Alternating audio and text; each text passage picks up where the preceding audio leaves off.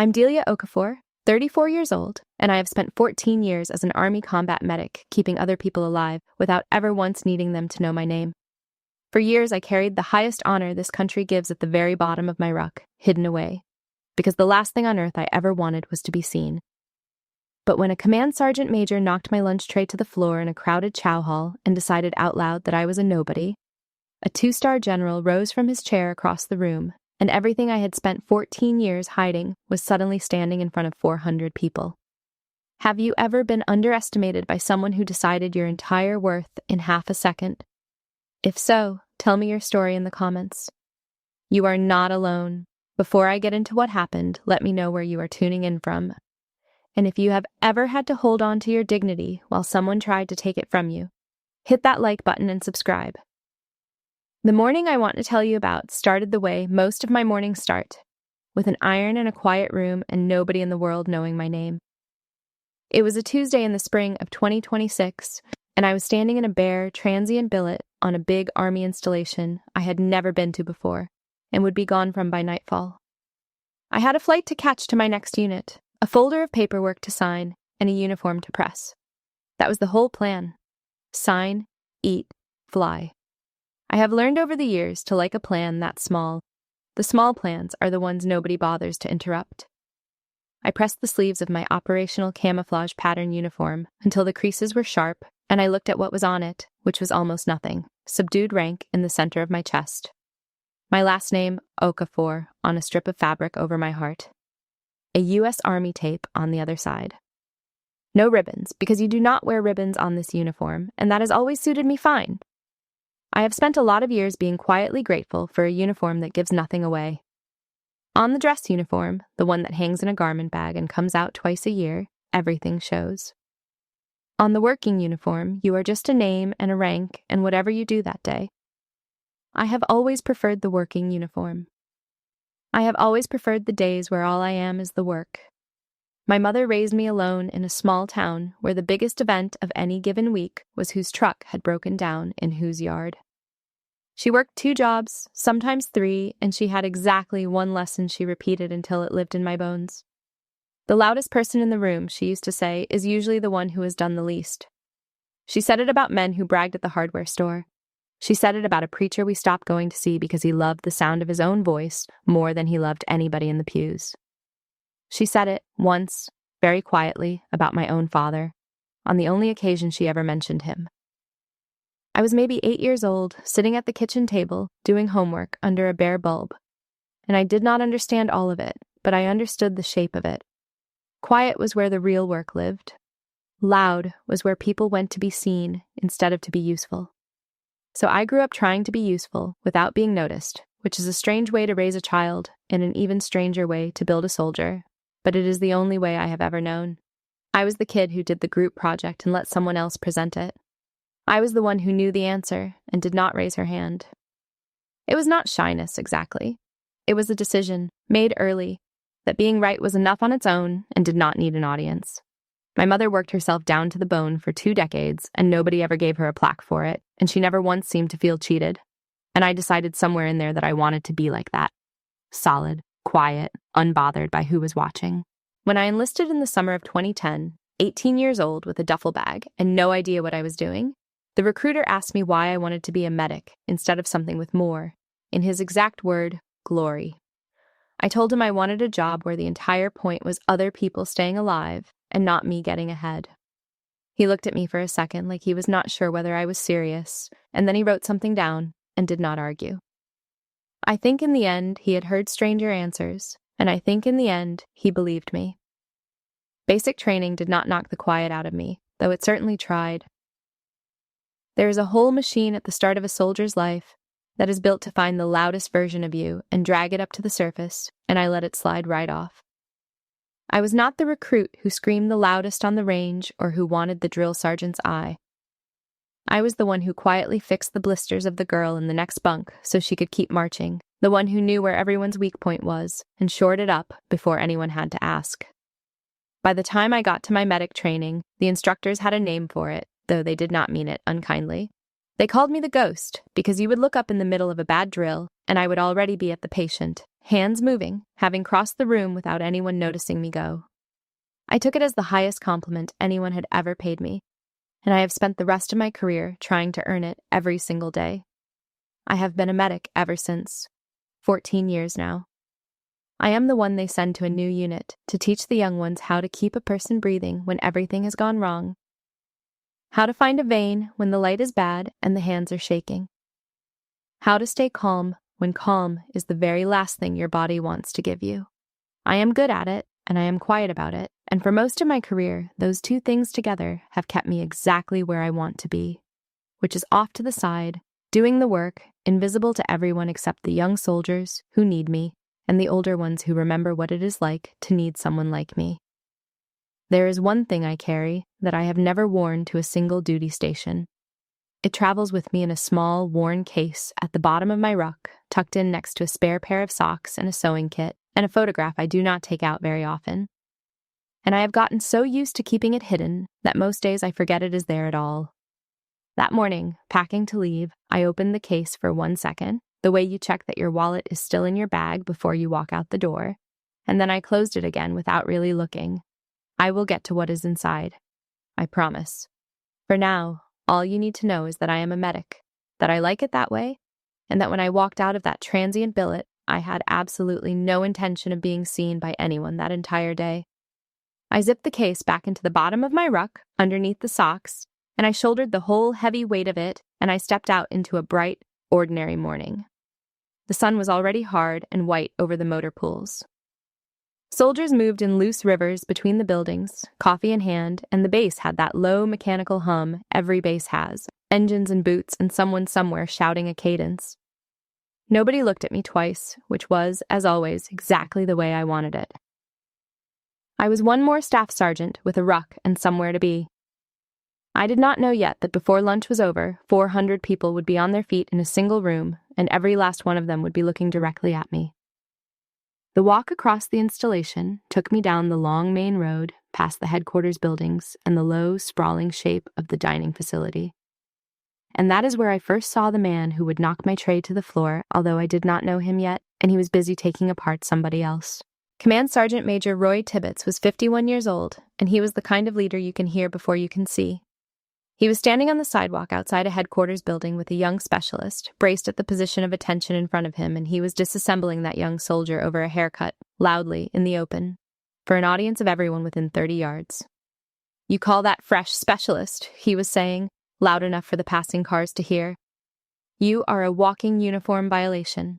Everybody sees it when you walk by. That is the whole problem with you. Everybody sees it. I have met 100 men like Roy Tibbets. I want to be fair to the rank because the rank is real and it is hard to earn. Command Sergeant Major is the highest rung the enlisted force has, and you do not reach it by accident. It takes decades and genuine ability and a willingness to carry weight most people never touch. So I will not pretend the man had not accomplished something. But the respect he thought came bundled with the rank, the automatic thing he believed he was owed, usually is not there.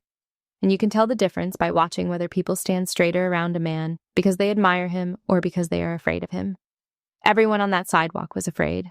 I could read it in how they angled their bodies away from the scene, how they suddenly all had somewhere important to be, how nobody would meet the young soldier's eyes to give her even the small mercy of company in her humiliation. The specialist he was taking apart looked like she was maybe 19 or 20, and she was doing the thing you do when you're being shouted at in public, which is trying to hold your face perfectly still while your eyes betray you anyway. Her name tape said Calloway. When Tibbets finally got bored, the way loud men always eventually do, and moved on to whatever the rest of his loud day held, I stopped where she was still standing, frozen and blinking, and I helped her fix the rolled sleeve that had set him off in the first place. It took me about 8 seconds. Then I told her, quietly, that her haircut was well within regulation, and that the sergeant major had simply needed a stage and she had happened to be standing on it. She let out a long breath that she had clearly been holding for a while. "Thank you, Sergeant Okafor," she said, reading my name tape. "You are real calm." She said it almost like a question.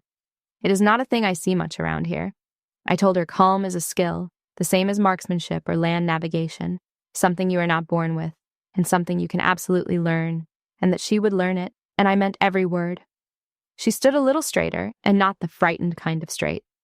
Then I went on toward the dining facility because I was hungry and I had time before my flight. And that small, ordinary, forgettable choice is the entire reason I am telling you this story. Inside, the lunch rush was in full swing. The dining facility was enormous, a great echoing hall of long tables and clattering trays and steam tables, and 400 people eating in the compressed, efficient way that soldiers eat, like the food might be taken away if they slow down. I went through the line and got my tray, a plate of food, and a metal cup of water, and I turned to look for a seat.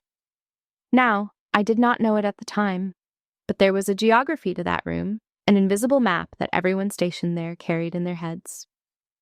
Near the windows, along the best-lit wall, there was a loose, unofficial cluster of tables where the post's sergeants major and the most senior non-commissioned officers sat. And every single person who belonged to that installation understood, without ever being told, that those tables had owners. You did not sit there. It was not written anywhere. It did not need to be. But I did not belong to that installation. I was passing through it for a day. I had no idea the room had an invisible map, and I would not have cared much if I had, because I have never believed a chair is a rank. So I sat down at the first open seat I saw, which happened to be at the end of one of those long tables by the windows, because it was the closest empty seat to the food line, and my ruck was heavy.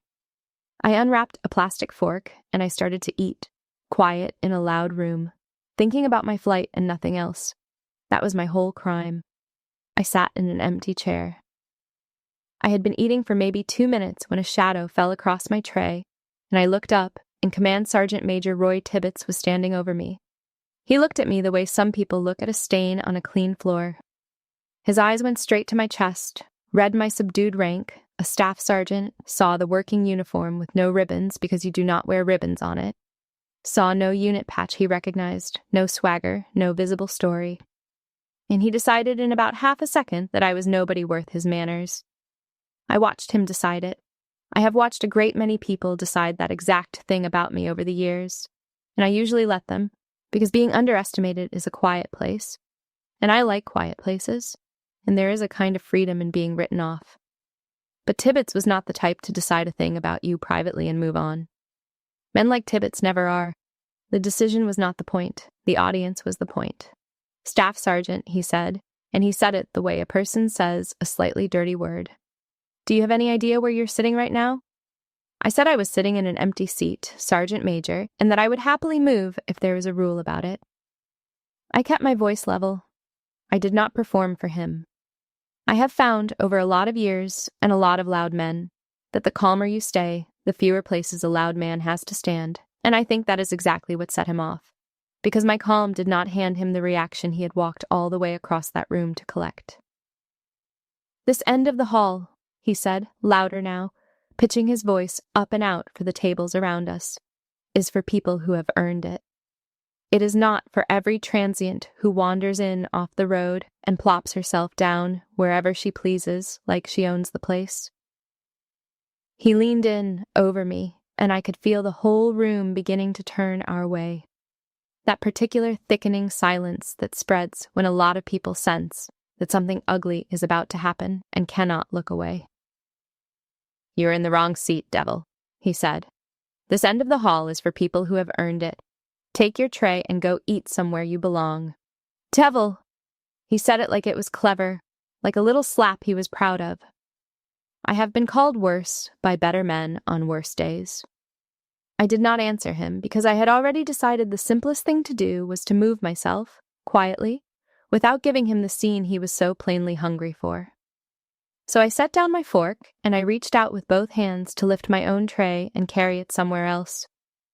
Somewhere he could feel like he had won, and I could finish my lunch in peace. I never got the chance. He knocked it off the table. One flat, contemptuous sweep of his forearm, and my tray went off the edge and hit the deck. The crash of it was enormous in that room. A plastic tray and a metal cup and a full plate of food, all of it slapping the tile at once, water spreading in a fast sheet across the floor, the cup rolling in a long, lazy arc that everyone watched. And then, after the crash, a silence so total and so sudden that I could hear the ceiling fans turning overhead. 400 people had stopped mid-bite. Nobody moved. Nobody breathed. I looked down at my food spread across the floor, and what I felt, more than anything, was not anger. It was tired. Tired of loud men. Tired of being turned into a lesson by people who have not done the reading. Tired, in a very old and very deep way, of the particular kind of person who mistakes a quiet woman for an easy target. And then, from somewhere behind me and across the hall, I heard a chair slide back. One chair, scraping hard against the tile, cutting clean through the dead silence like a blade. Somewhere in that frozen room, a single person had gotten to his feet. I did not turn around yet. I was still looking at the tray on the floor. But I heard the footsteps start, unhurried, deliberate, the measured sound of a man crossing a very large and very quiet room with no doubt at all about where he is going. And I felt the entire hall's attention swing away from me and Tibbets and toward whoever was walking. Tibbets felt it too. I watched it happen on his face, the first small flicker of uncertainty. A man who had expected to own this moment beginning to sense that the moment might be about to own him instead. He straightened up out of his lean. He looked toward the footsteps. And for the first time since his shadow had fallen across my tray, Roy Tibbets did not look completely sure of himself. The footsteps stopped at our table.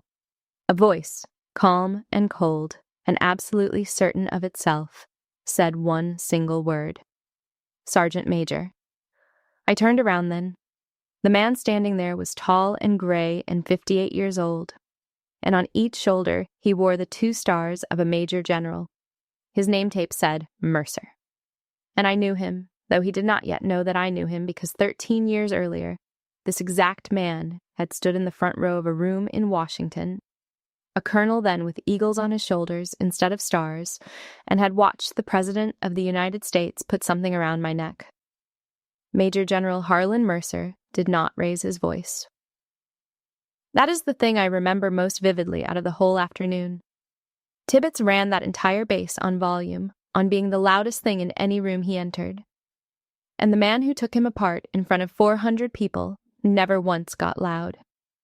He did not need to. Volume is what you reach for when you are not sure you will be listened to. Mercer had never once in his life been unsure of that. Sergeant Major, he said again. Do you have any idea who that is? Tibbets started to talk. Of course he did. He started to explain about the seating and the standards and the transients who do not know their proper place, the whole loud, familiar architecture of a man who has never once in his life been wrong out loud and does not intend to start now. Sir, she was sitting at the senior tables, he said, and she has no unit patch. No. And that is exactly as far as he got, because Mercer lifted one hand, not sharply, just a small economical movement of the fingers, and Command Sergeant Major Roy Tibbets stopped talking like a radio switched off at the wall. Regulation is very clear, Mercer said, and now he was speaking to the whole room, because the whole room was listening. 400 soldiers, not even pretending to eat anymore. In this army, we render the salute first to a recipient of the Medal of Honor. Every one of us, every rank, enlisted, officer, general officer, it makes no difference at all. When we are in the presence of a person who wears that award, we salute them first and we hold it. And that is not a courtesy we extend when we feel like it. That is an order that has stood in this country longer than any person in this room has been alive. He turned, slowly, to look directly at me. Including me, he said. And then Major General Harlan Mercer, 2 stars on each shoulder, came to attention in the middle of that crowded dining facility, and he raised his right hand in a slow, deliberate, perfect salute. And he held it. To me. To a 34-year-old staff sergeant standing over a tray of spilled food on the floor of a chow hall. I want you to understand what that is because Tibbets, in that first frozen second, still did not. The thing I carry in the small worn case at the bottom of my ruck, the thing I have never once worn to a duty station, the thing I opened for a single second that very morning and closed again without letting myself look, is the Medal of Honor. I earned it at 19 years old at a mountain outpost in eastern Afghanistan. and I have spent every single year since then trying very hard to make certain that nobody ever finds out, because I did not do what I did in order to be saluted. I did it because men were bleeding out in the dirt, and I was the medic, and there was no one else on that mountain who could do it. For 14 years, I had done everything a person can possibly do to avoid being the one standing in the exact center of a silent room. And there I was anyway, a tray at my feet and a 2-star general holding a salute and 400 people holding their breath. And the only thing on earth I wanted in that moment was to sink straight down through the floor tiles and disappear. But it did not stop with Mercer. That is the part I never could have predicted.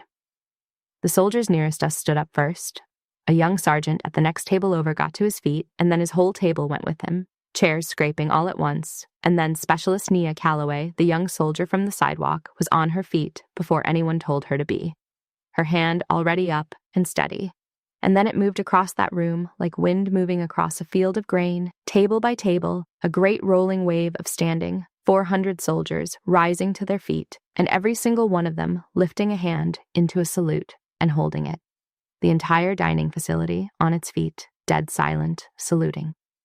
And in the exact center of it, the one man still not standing, still not understanding, was Command Sergeant Major Roy Tibbets, until slowly and terribly and completely it landed on him, and I watched the blood drain out of his face as he finally understood what he had just knocked onto the floor. I did not gloat. I want to be completely honest with you about what I felt in that moment, because it was not triumph, and it would be a lie to tell you it was. Triumph is loud, and I do not do loud. What I felt was exposed, skinned, turned inside out, the single specific discomfort of the one thing I had organized 14 years of my entire life around avoiding. So I did the only thing that made any sense to me. I knelt down on the wet tile, and I picked up my tray, and I set the rolled cup back onto it, and I stood up straight.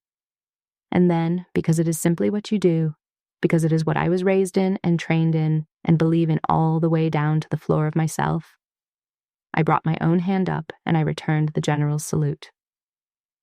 And 400 people watched a staff sergeant and a major general hold a salute across a spilled lunch on a Chow hall floor. And I have never in my whole life wanted so badly to be anywhere else on earth. Mercer dropped his salute, and the room, taking its cue from him the way a room always takes its cue from the most certain person in it, slowly sat back down, though the deep quiet held.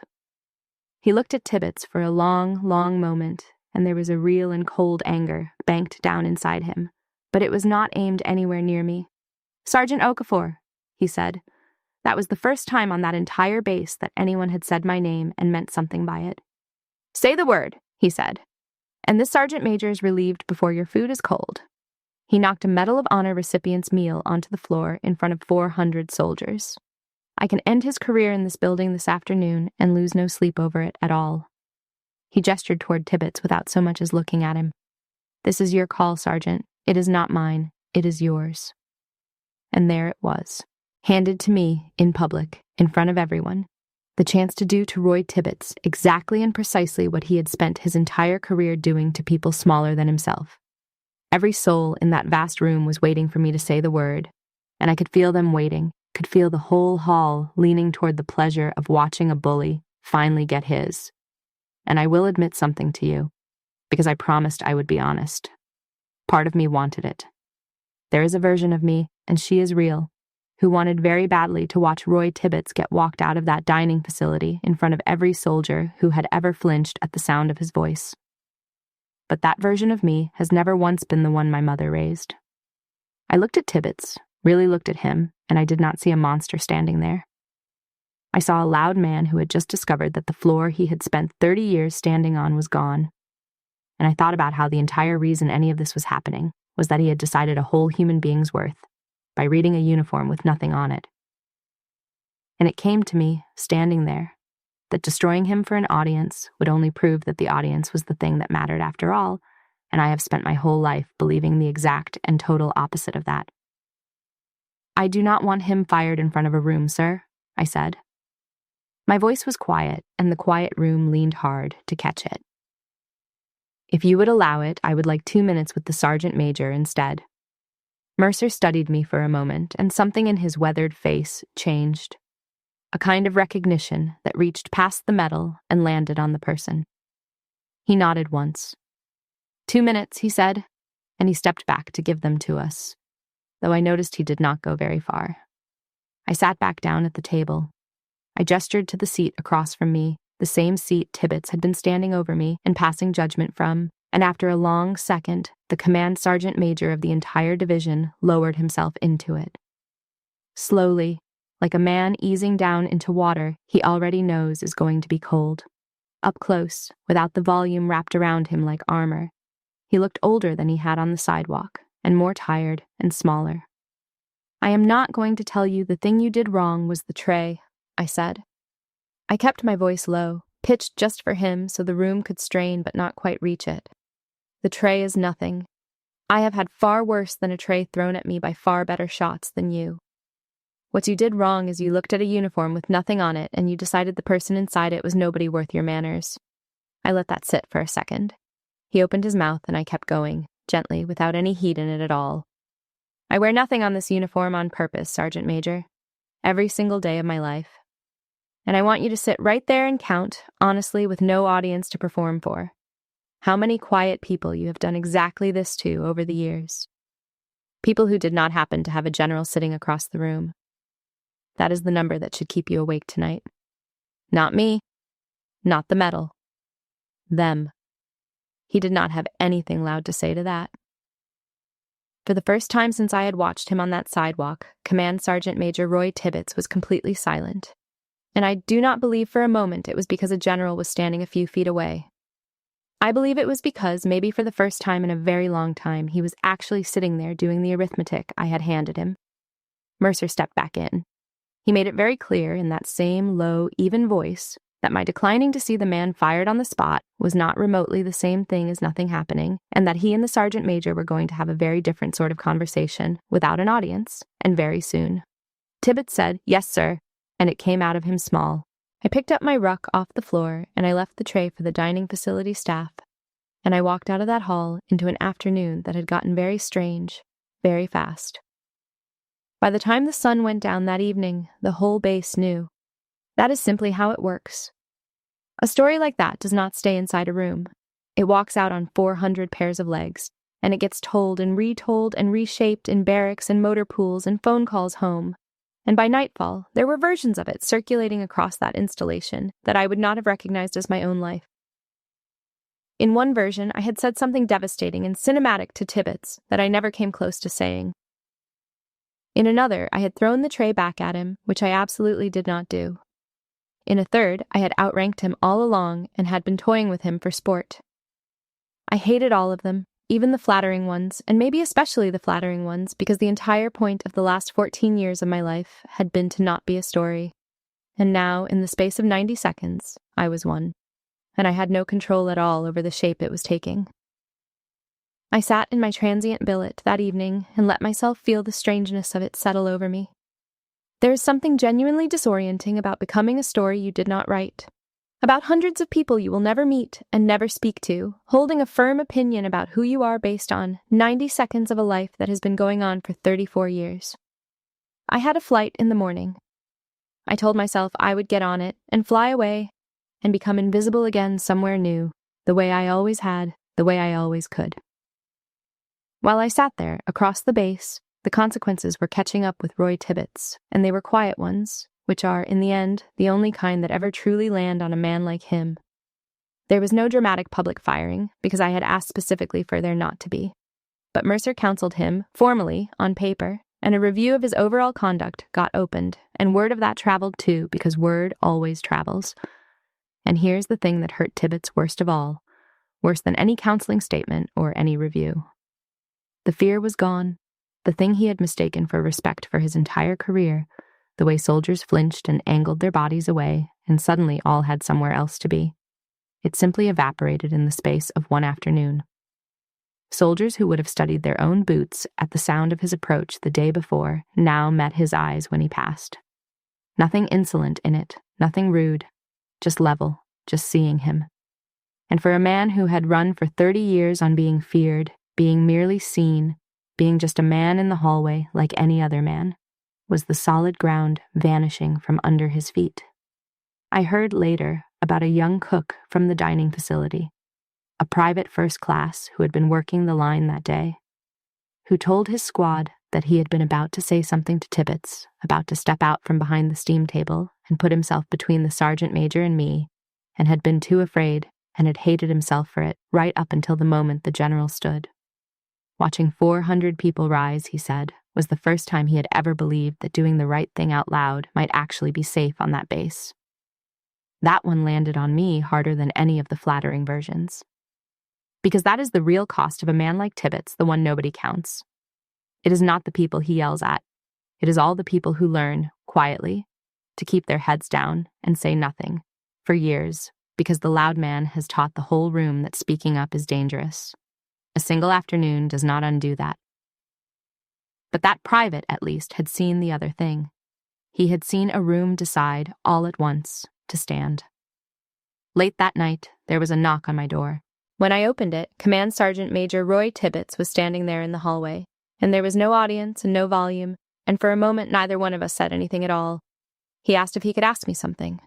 I said he could. He looked down at the floor and then back up at me, and he said, "How do you stay that quiet? A room like that, 400 people, a general, your food on the floor, and you never once raised your voice." I have been doing this for 30 years, and I do not understand how a person does that. I thought for a moment about how to answer him, and I decided to tell him the truth, the real one, the one that is the reason for all of it. When I was 19 years old, I said, I spent 40 minutes on my knees in the dirt, keeping a man alive with my 2 hands, pressure on a wound that did not want to stop bleeding, breathing for him when he could not do it himself, talking to him the entire time so he would not drift off somewhere I could not follow him and bring him back. And I learned in those 40 minutes, in a way you never unlearn, that loud is the very first thing that gets a person killed. Panic is loud. Fear is loud. When a life is actually there in your hands, quiet is not a personality trait, Sergeant Major. It is the job itself. It is the place where the work happens. I came home from that mountain, and I never lost the habit, and I never wanted to. He was quiet for a long while. Then he said a thing I did not expect, and I have thought about it many times since. He said, I cannot remember when I started running on fear instead of respect. I used to be able to tell the difference. I know I did. Somewhere along the line, the two of them ran together, and I stopped being able to see the seam. I did not forgive him neatly, standing there in that doorway, because I do not believe that was mine to do, and I do not believe it would have meant anything real to either of us if I had. It is not my forgiveness you need, I told him. It is theirs. All of them. Every quiet person you ever stepped on to feel tall. And I closed the door gently, not in his face, but just closed, and I heard him stand there in the hallway for a moment before his footsteps finally went away. I learned later, from someone who saw it, that he went back down to the empty dining facility that night, long after it had closed, and stood for a long time just looking at the spot on the tile where my tray had landed. I did not want to spend my last evening on that base thinking about Roy Tibbets, so I called the one person in the entire world who has always, without fail, made me feel like myself again, instead of like a story someone else is telling. Sergeant First Class Priya Nair and I served together on my second deployment back in 2016 when she was a junior medic barely out of training, and I was the one teaching her how to keep her hands steady when everything around them was not. She's 33 now, stationed only a few hours from that base. And she is the closest thing to a sister that I have ever had in this life. She is also one of the very, very few people who has always known about the medal, and who has never once, in 10 years, treated me a single ounce differently because of it. When I told her over the phone what had happened in that chow hall, she was quiet for a second, and then she said, I am getting in my car, and she hung up before I could even begin to argue with her. She drove over that night, 3 hours in the dark, and we sat together in the bare, transient billet. And she made me tell her the whole thing from the start, every beat of it, and somewhere in the middle of the telling, I stopped feeling like a story and started feeling like a person again. That is the thing Priya does for me, the thing she has always done. At one point, I tried to brush the medal off, the way I always do, the little verbal shrug I have perfected over 13 years, and she reached across and stopped me. She has heard me do that shrug 1,000 times, and she was simply not having it that night. You keep it in a case in the bottom of a ruck, she said. The single highest honor this entire country gives a person, and you keep it tucked in next to your spare socks and a sewing kit." She was not making fun of me. Her eyes were actually wet. "And that," she said, "is exactly who you are, Delia. And it is exactly the reason you deserve to have it in the first place. Do you understand that those are not two different things? The keeping it hidden and the deserving it, they are the same thing." And then she told me she had already called Cody. Cody Ferris is 30 years old now. He has a wife and 2 kids, and a house a few hours from where he grew up, and a bad leg that finally ended his career. And he is alive, and I am the reason. He is the man I spent 40 minutes keeping breathing at that mountain outpost. My hands pressed into him in the dirt while the light went out of the sky, and when Priya set her phone up on the little table and his face came onto the screen, something in my chest that I keep very tightly and very deliberately closed came loose without my permission. He had already heard about the Chow Hall. Of course he had, Priya had told him. He looked at me through the screen and he shook his head slowly, and he was grinning that same grin, and he said, "You knocked a command sergeant major back on his heels without even standing up out of your chair. That is the most you thing I have ever heard in my life." And then his face went serious, and he looked at me the way he has looked at me every single time we have spoken across 14 years, and he said it to Priya, but he was really saying it to me. "You want to know what she did?" he said. "She is the reason my kids have a father. She can sit wherever in the world she wants to sit for the rest of her natural life, and any man who tries to tell her different is going to have to come through me first, bad leg and all." I laughed and I cried a little bit, and I did not try to hide either one of those things, which for me is a kind of quiet miracle. Because Cody being alive is not a story I tell. It is the thing under all the other things. I was 19, and the outpost took contact just before dark, and 3 of my guys went down in the open in the first 30 seconds, and I went out after them because that is the job, and I dragged the first 2 back one at a time with rounds kicking up dirt around my boots. Cody was the 3rd. Cody was the bad one. A round had opened him up in a place that does not forgive you, and I got down in the dirt over him, and I put my hands where they needed to go, and I did not take them away for 40 minutes, and I breathed for him twice when he stopped, and I talked to him the whole time about absolutely nothing, about his mother's cooking and a truck he wanted to buy, so that he would have a thread to hold and a reason to stay. And when the medevac finally came in hot through the dark, I would not get on it. I would not leave that mountain until every last one of my guys was lifted off at first. I do not tell people the middle of that story, the part between the first burst of contact and the medevac lifting off, because there are no clean words for it, and because it belongs to the men who were on that mountain with me and not to a room full of strangers. But I will tell you one piece of it, so you understand what the quiet is actually made of. There was a moment somewhere around the 30-minute mark when Cody's eyes rolled back and his chest went still under my hands, and every loud instinct a body has screamed at me to scream, to shake him, to fall apart. And I did not. I got very, very quiet instead. I found the rhythm, and I breathed for him, and I kept my voice low and even and steady against his ear, telling him about that truck he wanted, a green one, telling him it would need new tires, telling him he was going to have to teach his someday kids to drive it, until his chest moved again on its own. Loud would have killed him. Quiet brought him back.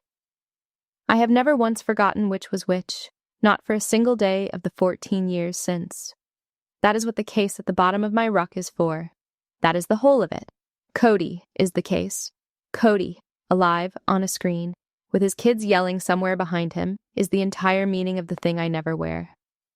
For one evening in a bare room, with Priya beside me and Cody's face propped up on the table, I let myself be seen by the people who had actually earned the right to see me.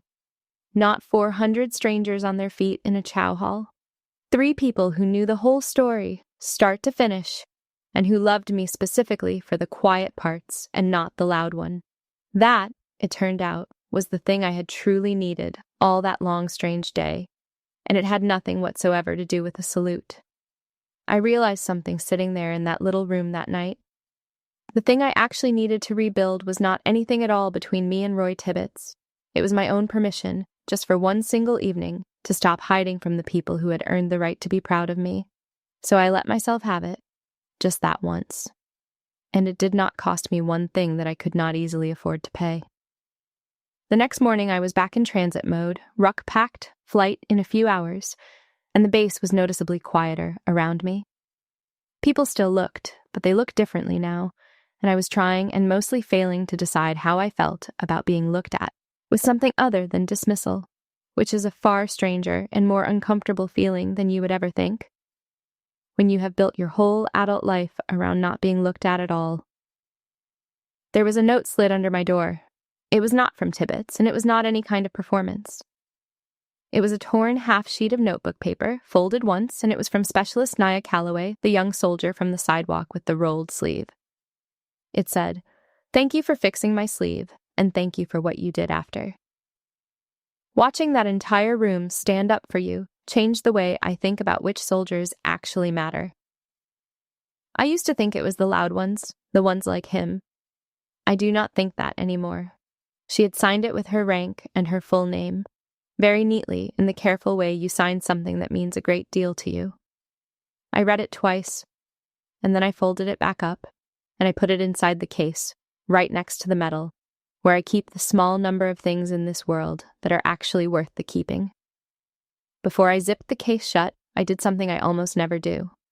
I took the medal out, and I held it in my open hand in the empty room, and I made myself actually look at it. The pale blue ribbon, worn soft now. The small, heavy weight of it in my palm, more weight than a thing that size has any right to hold. 13 years of it, living in the bottom of a ruck under a pair of socks. And I let myself ask, honestly, for the first time in a very long time, the exact question I had spent 14 years carefully dodging. Was it ever really humility that kept it hidden down there in the dark? Or was quiet just the very safest place I had ever managed to find to stand? I did not have an answer for myself. I sat with the question, which is not a thing I am any good at doing, and I let it stay there unanswered, and I closed the case with the medal back inside it. And I held the closed case a beat longer than I usually do before it disappeared back down into the ruck. Major General Mercer came to see me off, though at my specific request he did not make any kind of ceremony out of it. He met me by the transient billet, in the same plain, hard morning light I had walked out into the day before, and he did not salute me again, which I appreciated more than I have the words to tell you. He told me the Army needs people who teach the quiet part, the part you cannot fit onto a briefing slide, the part that only ever gets passed from one set of steady hands to another. And then he asked me something, gently, without any push behind it at all, that I have not been able to stop turning over in my mind ever since. "You spend all of your effort making certain that no one ever sees you," he said. "And I understand it, Sergeant. I have watched a lot of loud people take the credit for quiet people's work over the years, and I do not blame you one bit for stepping quietly out of that line and staying out of it. But I do wonder what it costs the young ones, the ones coming up behind you, the ones who could use knowing, deep down where it counts, that somebody like you exists at all." He let that hang there in the morning air. Then he shook my hand, and he wished me luck at my next unit. And he turned and walked away and let me go be invisible again, which was, in the end, the single kindest thing that man could possibly have done for me. I flew out that afternoon and became a stranger again, somewhere brand new, which is exactly what I had wanted the entire time. But Mercer's question flew out with me. It rode in the case, right next to the medal and the folded note, unanswered, for weeks. I am at my new assignment now. Same quiet woman, same plain working uniform with nothing at all on it.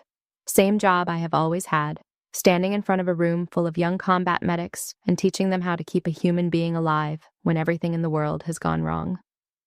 Nothing about any of that has changed, and nothing about it is ever going to change because it is honest to who I actually am, and I have long since made my peace with who I actually am. But a few weeks into the new assignment, something happened that answered the general's question for me in my own way, on my own terms, in my own quiet voice.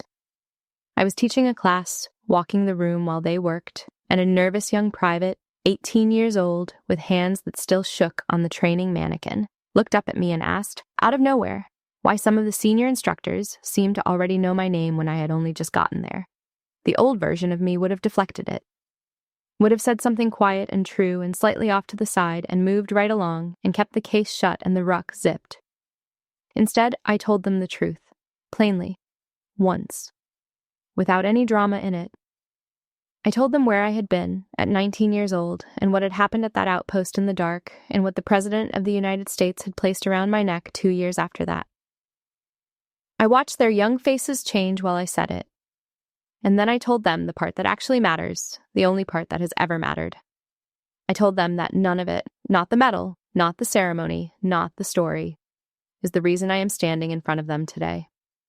I am standing in front of them because 40 minutes of quiet work in the dirt kept one man breathing, and that man is the entire point. And someday, God willing, far away, one of them is going to have their own 40 minutes, their own man in the dirt, and I intend for every one of them to be ready when it comes. And then I went right back to teaching them how to pack a wound, because that is the job, and the medal has never once been the job. The young private with the shaking hands came up to me after that class, when the others had filed out, and she stood there for a second working up to something. She said she had almost quit medic training twice, because she was quiet, and everyone around her seemed so sure and so loud, and she had started to believe that being quiet meant she did not have what it takes. I told her the truth, which is that in 14 years I have watched the loud ones freeze solid when the real thing finally arrives. And I have watched the quiet ones get to work, and I know which kind I would want kneeling over me if it were my chest coming apart in the dirt.